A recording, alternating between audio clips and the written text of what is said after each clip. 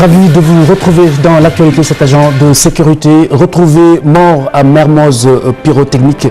Il aurait été tué par des cambrioleurs. Sidi Sen était ligoté et avait un ruban adhésif sur la bouche. Affaire Karim Wade, la Cour de répression de l'enrichissement illicite aborde le fond du dossier avec l'ancien super ministre. Ce sera demain au sujet de sa première mise en demeure. Le challenger APR de Moustapha Niasse lors du renouvellement du bureau de l'Assemblée nationale est suspendu du groupe Benno Bokk Yakaar. 36 mois, dont 12 avec sursis pour manquement à la discipline du parti. Retour au Bercail après le retour triomphal sur scène à Paris-Bercy. Youssou N'Dour satisfait de la satisfaction de son public qu'il dit entendre servir pour longtemps encore. Nous parlons bien entendu ce soir de la Tabaski à moins de 48 heures. Les Sénégalais qui célèbrent l'Aïd en région croisent les doigts. Pour l'heure, aucune hausse sur les tarifs. L'invité de cette édition du journal, la sociologue Fatou Sow Sarr, membre du caucus des femmes leaders.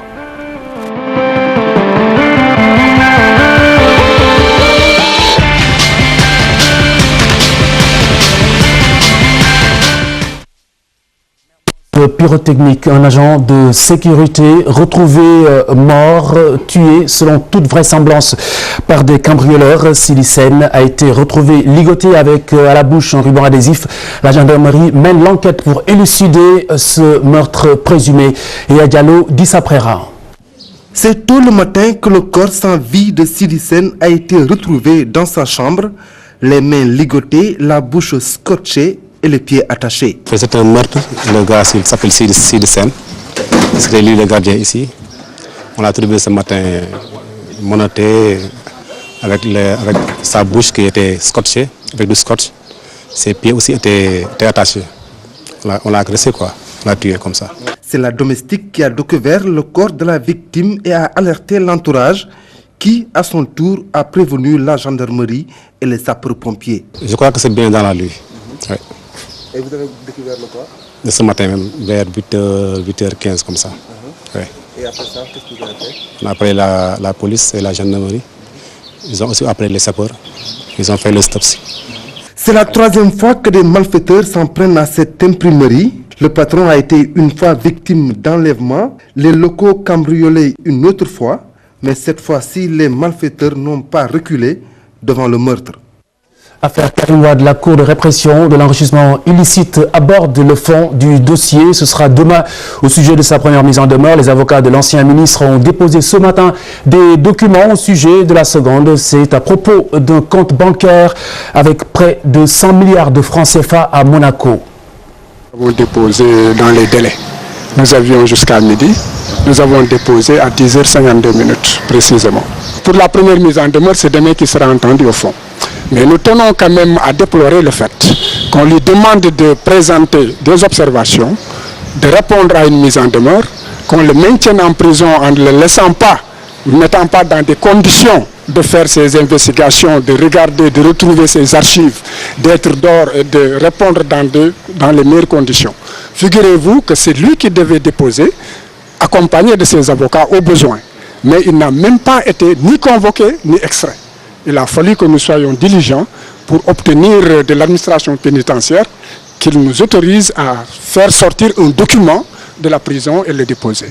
Donc c'est particulièrement grave et on aurait pu ne pas déposer. Lui, s'il avait demandé à comparaître personnellement au niveau de l'administration pénitentiaire, on ne pourrait pas le laisser partir parce qu'il n'y a pas une ordre d'extraction. Donc toutes les entraves ont été apportées. Je pense que le minimum aurait été de laisser Karim Wade travailler dans les meilleures conditions pour assurer sa défense. Et puis Serigne Modou Mbacké n'a pas été entendu comme prévu par le commissariat spécial de Touba. Le commissaire dit ne pas en avoir reçu l'ordre. Il avait tenu, je le rappelle, des propos jugés désobligeants à l'encontre du chef de l'État Macky Sall à propos de l'affaire Dangote et héritier de Serigne Saliou. L'audition annoncée à Touba étant attendue de Serigne Modou Mbacké Sidi Abdou Lahad n'a finalement pas eu lieu. La montagne a bien accouché d'une souris. Le concernant en question revient sur le renvoi de l'audition. J'ai été convoqué, j'y étais à l'heure indiquée, mais ils m'ont signifié que l'audition a été renvoyée. Tout cela, c'est derrière moi. Les autorités et mes parents m'ont demandé de ne plus en parler. On a pu arrondir les angles et puis c'est tout. Ce qui reste vraiment, c'est de remercier tout le monde, en l'occurrence le khalife général des Mourides. A signaler cependant que des sources dignes de foi nous ont révélé que l'audition en tant que telle n'aurait pas eu lieu au commissariat spécial de Touba, mais à Dakar. Des éléments de la DIC avaient été dépêchés sur place dans la cité religieuse pour cueillir le marabout de force ou de gré et le mener à Dakar. À en croire ces mêmes sources, des personnes de bonne volonté du côté des autorités religieuses de Touba et du pouvoir ont dû intervenir pour éviter le pire.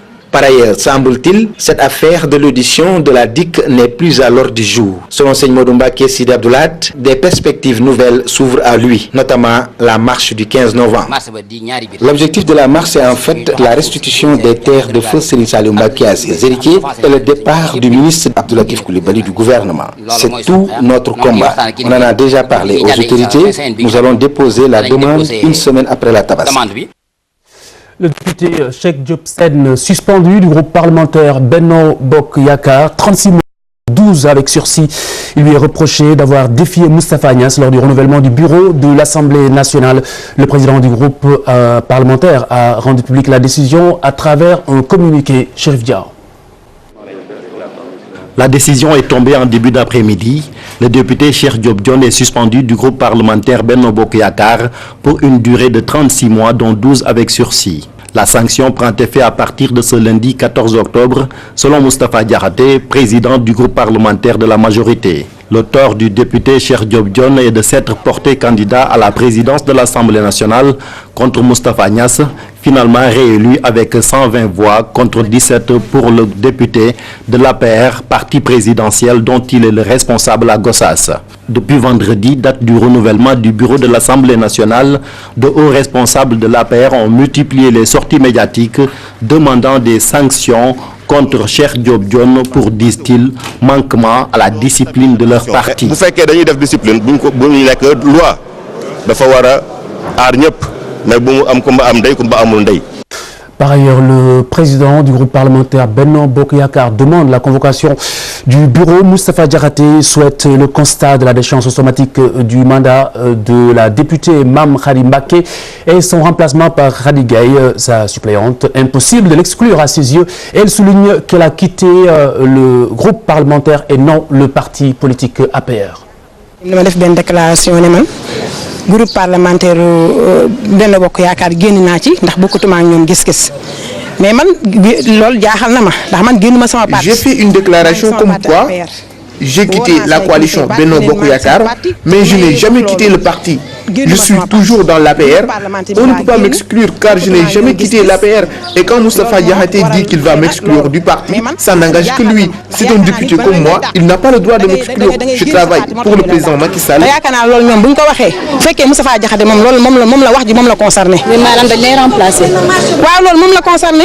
Ce serait presque une première au Sénégal. Les transporteurs n'ont pas encore appliqué de hausse sur les tarifs et ce à 48 heures ou à moins de 48 heures de la fête de Tabaski, pourvu que cela dure. Alioune Diagne et Maimouna Ndiaye. Gare routière de Pompiers, à un jour de la fête de l'Aïd el-Kébir, les voyagistes viennent à nombre réduit. Résultat, les tarifs sont toujours les mêmes. Jusqu'à ce jour, je n'ai constaté aucun changement sur les prix. Ils m'ont demandé 1500, c'est le tarif normal. Avec le mouton aussi 1500. 1500 me fait 3000 avec mon mouton. Vraiment, c'est abordable. C'est abordable là, ouais. Ça a toujours été comme ça, même en temps normal.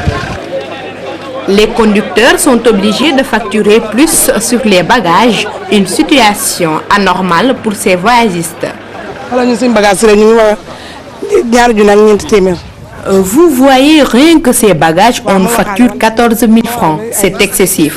J'ai marchandé jusqu'à 6 000 francs et avec le transport, ça me fait 12 000 francs au total.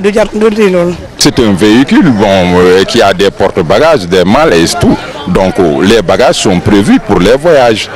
Mais bon, des fois on paye plus sur des choses qui sont mineures, des bagages qui ne valent pas vraiment à ces prix-là, donc ça devient autre chose. Ce conducteur, lui, n'écarte pas une hausse des tarifs d'ici à la fête.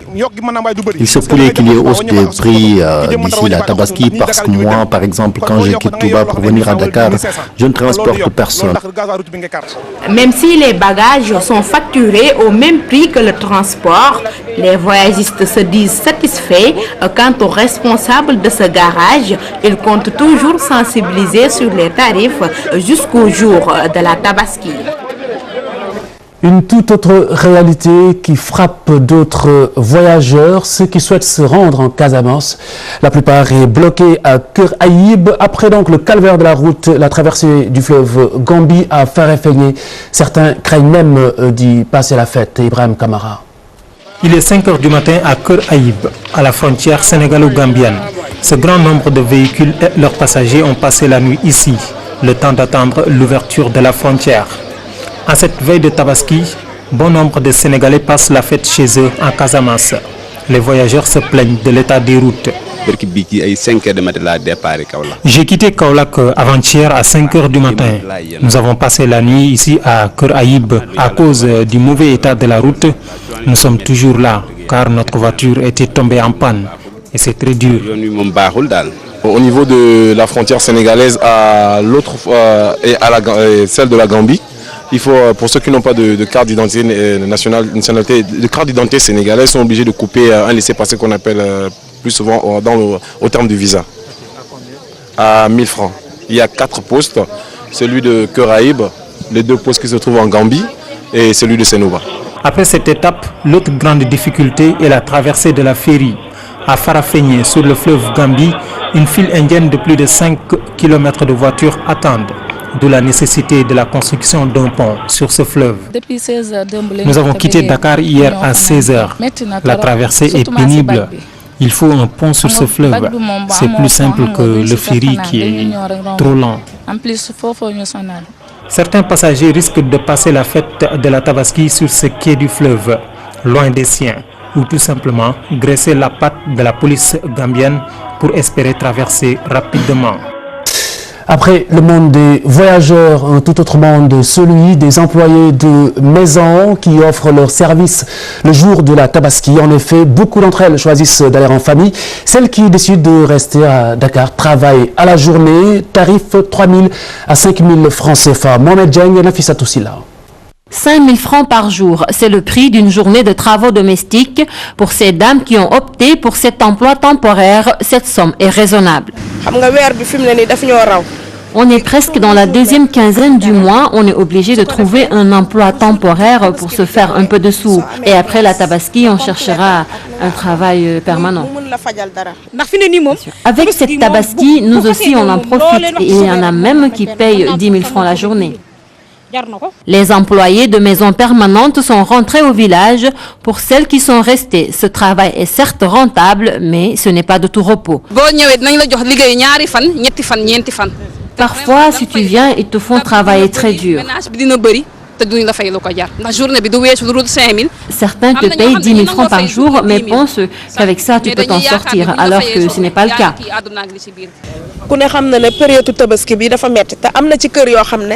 Certaines dames profitent vraiment de cette situation pour te faire le grand ménage. Et ça, à 3 000 francs par jour, c'est inconcevable. D'autres, par contre, te libèrent le lendemain même de la Tabaski.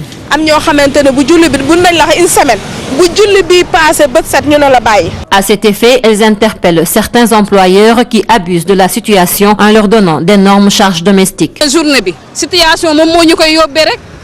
On n'a vraiment pas le choix, car ce n'est pas évident qu'on ait du boulot en ce moment. Moi, je souhaite que les employeurs soient plus compréhensifs avec nous.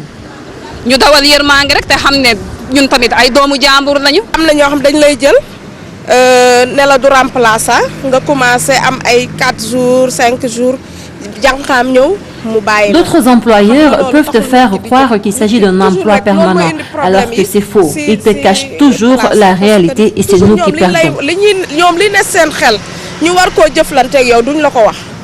L'emploi temporaire est à la mode chez les domestiques en cette période de Tabaski. Cependant, dans beaucoup de foyers, on préfère s'adapter à l'absence des employés de maison et s'organiser. Youssou Ndour a retrouvé la scène pour longtemps encore, dit-il. Le leader du Super Étoile est rentré à Dakar après le triomphe de Paris-Bercy le week-end dernier. Voici son sentiment de satisfaction à sa descente d'avion. C'est très bien passé. Donc c'était un moment fort, je pense que un moment de communion, un moment d'art d'une manière générale. Particulièrement de la musique. J'étais très content, je profite de l'occasion pour remercier tout le monde. D'abord le parrain de cette manifestation, son Excellence le Président de la République. Ensuite le deuxième parrain, Papa Babacar Ngom, etc. Je remercie tous les gens qui nous ont assistés, accompagnés, le ministère du Tourisme, le ministre Omar Gueye, mon grand frère Baba Diaw, tous les gens qui ont voulu, les partenaires et tout, les musiciens, les artistes invités, les techniciens, mes amis personnels, ma famille, tous les gens qui ont été là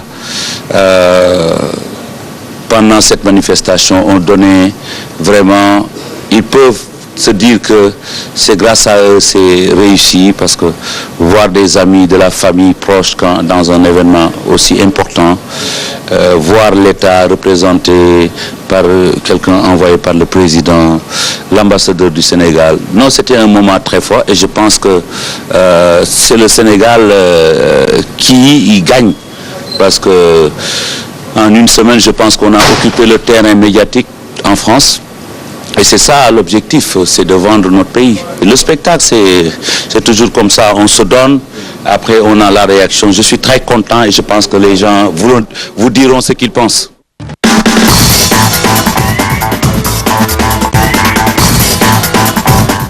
Côte d'Ivoire, Sénégal, les prolongations se déroulent sur la touche. Les analystes revisitent la contre-performance des Lions du Sénégal face aux éléphants de la Côte d'Ivoire. 3-1.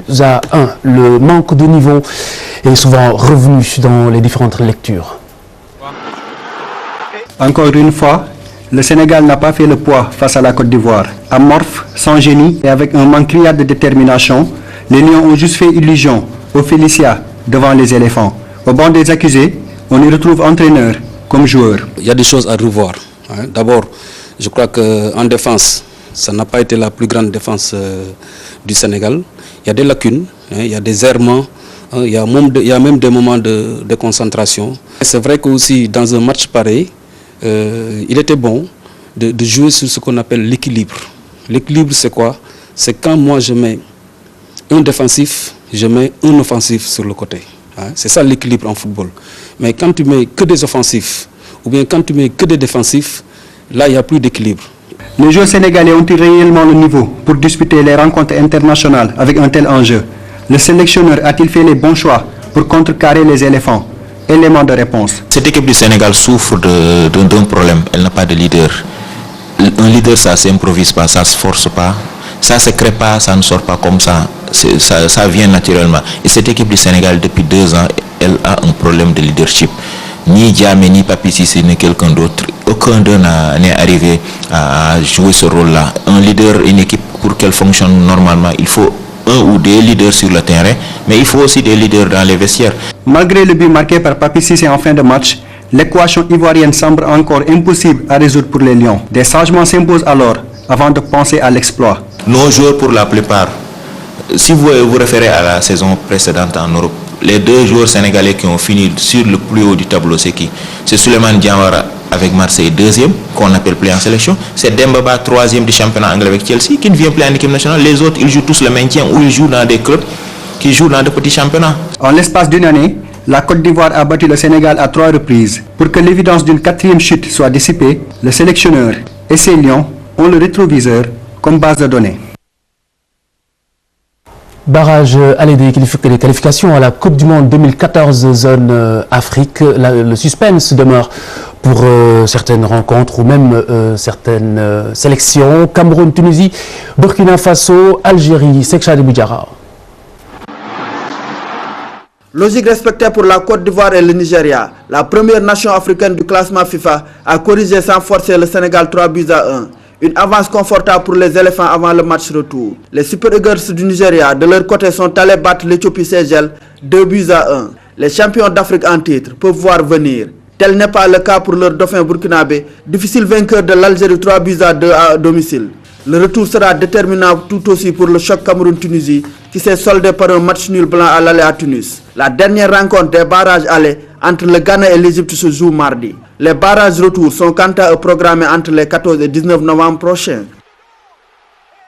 Les fédérations de basket sénégalaises et françaises entendent renforcer leur collaboration. La formation figure en bonne place, surtout celle des cadres. Écoutez.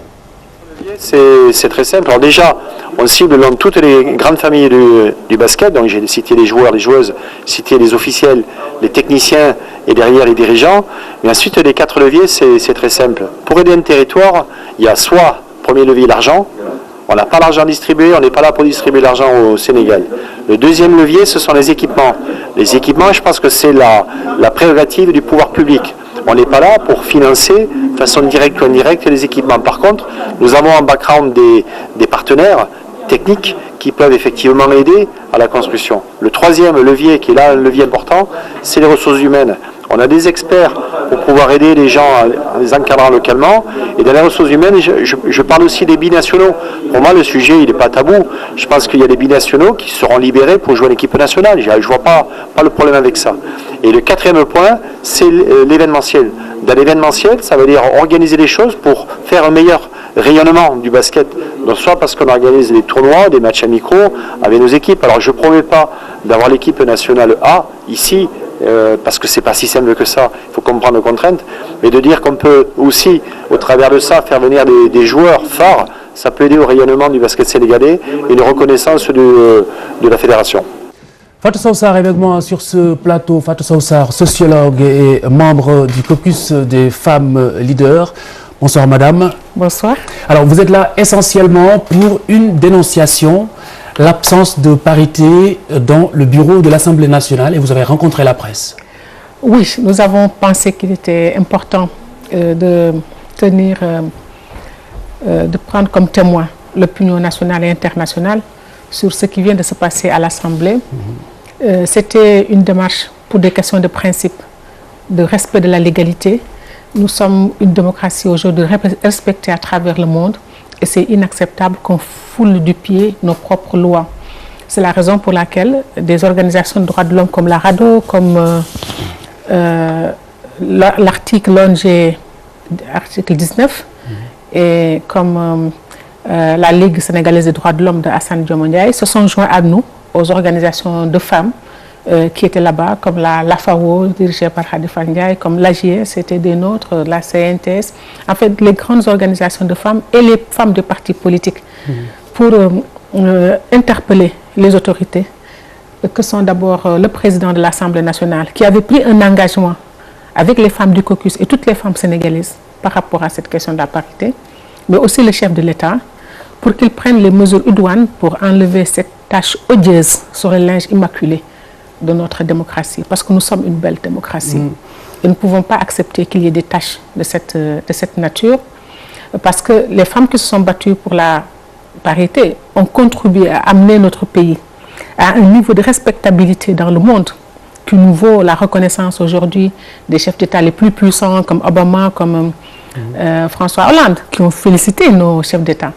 Et les autorités sénégalaises bénéficient aujourd'hui de retombées de tout ce travail des femmes, mais refusent de l'appliquer. Alors là, on parle du bureau de l'Assemblée nationale, mais vous ne pensez pas que vous exagérez un peu tout de même, parce que la bonne volonté est affichée, en tout cas par les nouvelles autorités.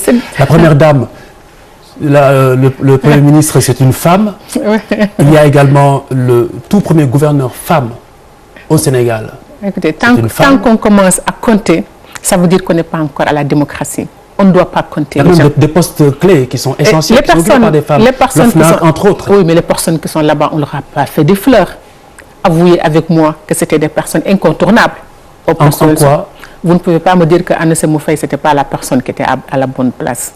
Vous ne pouvez pas me dire qu'Aminatou Touré n'était pas la personne à la bonne place. Donc, c'est des personnes qui méritent là où elles sont. Ce n'est pas des cadeaux qu'on leur a fait. Maintenant, revenons-en à notre question qui nous occupe, ça préoccupe. c'est la loi. Un pays qui se respecte son peuple en respectant ses propres lois. Donc ce qui vient de se passer est très grave. Et c'est pourquoi nous pensons que des mesures seront prises. Et si jamais cela n'est pas fait, nous nous donnons la latitude de saisir les institutions internationales, telles que la CEDEAO, la Cour africaine des droits de l'homme et des peuples, pour les amener à la raison. Est-ce que cette question de la parité est un vrai débat?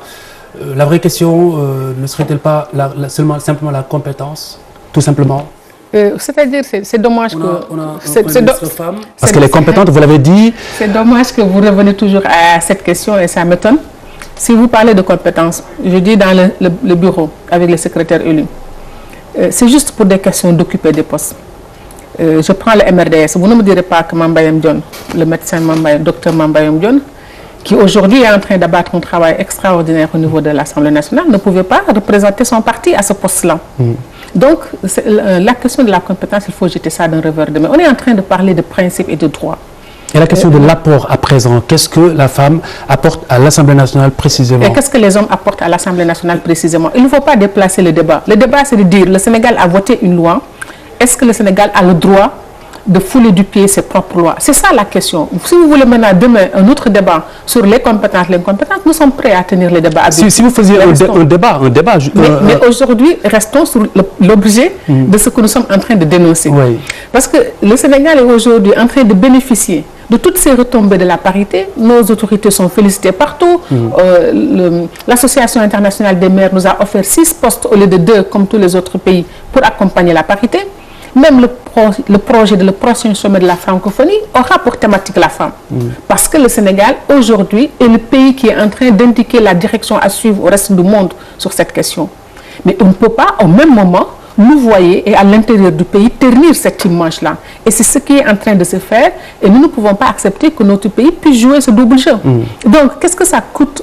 Franchement, si ce n'est des questions simplement d'occuper des postes pour des sinécures. Alors, à côté, si vous permettez, à côté du principe de l'individu qu'il faut, pour ne pas dire l'homme, à la place qu'il faut, comment vous situez justement ce combat? C'est votre question, une question pernicieuse. Parce que ce n'est pas ça l'objet. Vous n'allez pas m'entraîner sur ce terrain qui n'est pas celui objectif qui était l'objet de cette conférence. C'est pour revenir sur ça. Nous avons interpellé, avons-nous le droit ou non de le faire? Nous avons dit, au-delà de la question de la parité homme-femme, c'est une question de principe, amener notre pays à respecter ses lois. Mais deuxièmement, ce n'est pas une question de femmes. Si demain on nous mettait des secrétaires élus, il y aurait une majorité de femmes, on aurait mené exactement le même combat. Mais vous avez raison sur une chose, je vous vois venir. Nous avons effectivement pas simplement les autorités à interpeller. Après le président de la République qui est le chef de la majorité, parce que le problème c'est la majorité. Parce que nous avons regardé où se situent les problèmes, les déséquilibres. C'est dans le groupe majoritaire que le problème se pose aujourd'hui. D'ailleurs, c'est la raison pour laquelle nous ne comprenons pas d'ailleurs pourquoi l'instrumentalisation des femmes est telle que, après avoir invité toutes ces femmes à la conférence de presse, qui sont les femmes même parlementaires, la vice-présidente de l'Assemblée nationale, que nous avons soutenue avant qu'elle ne vienne à l'Assemblée nationale, parce que toutes étaient au caucus quand elles briguaient le poste pour devenir députées. Mais une fois qu'elles sont devenues députées, elles s'alignent de manière mécanique sur la ligne de leur parti qui les instrumentalise. Et c'est pourquoi nous avons regretté la non-présence de la vice-présidente de l'Assemblée nationale qui nous avait donné son aval pour être avec nous aujourd'hui. Parce que les questions que nous dénonçons, ce n'est pas pour nous ne sommes pas dans ces partis. Ce n'est pas nous qui occupons ces postes, c'est pour elles. Mais c'est pour elles dans une solidarité collective, mais qui dépasse la question de la femme. Comme je dis, c'est des questions de droit. Maintenant, vous avez raison, peut-être que c'est nous qui nous trompons. Moi, je dis, si les autorités de ce pays aujourd'hui estiment que la parité ne fait pas partie de leur projet de société, mais ils sont libres, mais qu'ils soient clairs, qu'ils prennent les mesures qui feront qu'après, ils se conformeront à la légalité. En ce moment-là, on ne les poursuivra pas. Mais tant que la parité sera là, ils doivent être dans l'obligation d'avoir du respect pour les Sénégalais en faisant respecter cette loi-là. Mais comme vous dites, peut-être que c'est nous que nous trompons. C'est pas ce que je dis. Oui, mais je me dis, oui, là vous ne dites pas, mais quand vous nous interpellez sur les femmes, je comprends le dessous de vos questions. C'est-à-dire, ces 64 femmes, si elles avaient fait entendre de leur voix, ce qui s'est passé ne serait pas passé. Et c'est là où je dis peut-être que je rejoins Hegel. Il ne s'agit pas d'être meilleur que l'époque, mais l'époque est meilleure d'elle-même. Et peut-être si c'est cela, c'est nous qui avons tort. Très bien. Alors, le caucus, justement, des femmes leaders, vous intervenez sur ce terrain-là du respect des lois et règlements, mais également, sans doute, sur les violences faites aux femmes. Ce cas de Mbadane, de Fitel Mbadane, comment est-ce que vous l'avez appréhendé? C'est une horreur. C'est-à-dire, à chaque fois qu'il y a de la violence, nous devons être dans une société où, quelle que soit la personne, que ce soit un homme, une femme, un enfant, il y a le problème de la violence a atteint des proportions insoupçonnées dans ce pays. La violence, c'est à cause des crises, c'est à cause les gens sont traumatisés, les gens ont des problèmes psychologiques à cause des difficultés de la vie, de la crise sociale, de la misère, de la pauvreté. C'est ça qu'on retrouve dans les comportements, les dysfonctionnements des comportements chez les personnes. Mais là, le problème pour nous, c'est comment trouver une solution. Il y a des cas, depuis Dokinas, assassinée un jour de Ramadan par son mari parce qu'elle avait refusé de lui faire le repas. Donc les femmes ont marché, se sont battues pour qu'il y ait la loi contre les violences. Il y a encore des problèmes d'application, mais je pense que le fond de la question, c'est de retourner sur les causes fondamentales et de trouver les mécanismes pour éradiquer cette question-là. Et là, nous menons aussi un autre combat, qui est la famille. Parce que nous pensons que le jour où nous retrouverons dans des familles apaisées, équilibrées, qui auront la prise en charge de l'ensemble des membres de leur communauté, nous viendrons à bout de ces problèmes. Donc, il y a un malaise, il y a un mal qui est au Sénégal qui est très profond. Et là, les professionnels de ce secteur doivent peut-être donner beaucoup plus de la voix. Mais une fois de plus, c'est une horreur qu'à chaque fois qu'une femme violente son époux par un coup de poulon pour l'ébouillanter, etc., c'est un drame.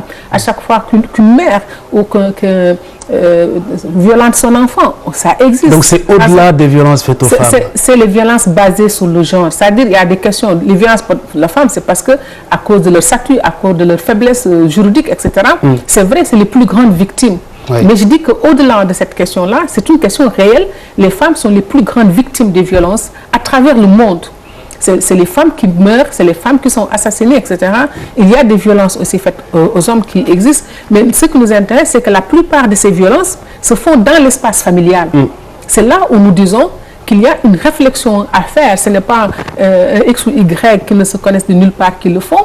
Mais l'essentiel des violences, c'est dans l'espace familial que ça se fait. Que ce soit l'inceste, que ce soit la pédophilie, que ce soit l'excision, que ce soit les femmes battues ou les maris battus, c'est dans l'espace familial. Très bien. Donc nous devons revenir à la structure famille et repenser notre projet de société. Et c'est là où le gouvernement aussi doit être attendu pour dans ces réformes et ces politiques de rupture. Et non pas simplement se focaliser sur la femme comme segment unique. Parce que là, vous allez me dire encore, oui, je défends les femmes, mais ce n'est pas la femme qui m'intéresse en tant que telle, c'est la femme en tant qu'élément d'une composante d'une société dans sa globalité. Très bien. Et là, je dis que le projet, à mon avis, les prochaines étapes, ce n'est plus la femme en tant que telle, mais c'est l'espace et le foyer familial dans lequel évolue l'enfant, le père, la mère, la femme, etc. Alors, Madame Fatou Sosa, pour clore justement cet entretien, je vous laisse nous dérouler votre plan, si vous l'avez. Après la dénonciation, vous entendez saisir des institutions internationales et après? Mais pour le moment, nous n'en sommes pas là. Pour le moment, nous avons interpellé les autorités, le président de la République et le président de l'Assemblée nationale. Nous comptons les rencontrer. Vous lui reconnaissez des pas de géant au président de la République à ce sujet, la promotion de la femme? C'est parce que ce n'est pas une question de reconnaître au président de la République le pas de géant. Ce n'est pas un individu qui transforme une société. C'est une société qui, dans sa globalité, avance. Mais seulement, c'est vrai, les leaders sont importants dans les mutations sociales. C'est ça que Abdoulaye Wade a pu faire. C'est-à-dire, je disais toujours aux femmes, et elles le savent, je le disais, si jamais vous ratez le mandat d'Abdoulaye Wade sans avoir la parité, vous ne l'aurez jamais. Il y avait aussi ce parfum de populisme qui a été dénoncé également. Non, c'est là où les gens se trompent. C'est-à-dire c'est une analyse minutieuse, rigoureuse qui a accompagné tout ce processus. Abdoulaye Wade est un élément du puzzle. De la même manière qu'aujourd'hui, le président Macky Sall est un élément du puzzle. Parce que le niveau de pouvoir où se situe un chef d'État a une capacité, est une force pour permettre à un pays de prendre un tournant et une orientation. Très bien. Et nous pensons que le président Macky Sall, qui nous a accompagnés bien avant, parce que c'est dès 2005 qu'il s'est engagé avec nous à travers le PNUD, et c'est là où il a pris l'engagement d'amener les femmes dans l'armée et l'équité salariale. Donc nous nous connaissons sur ce terrain-là.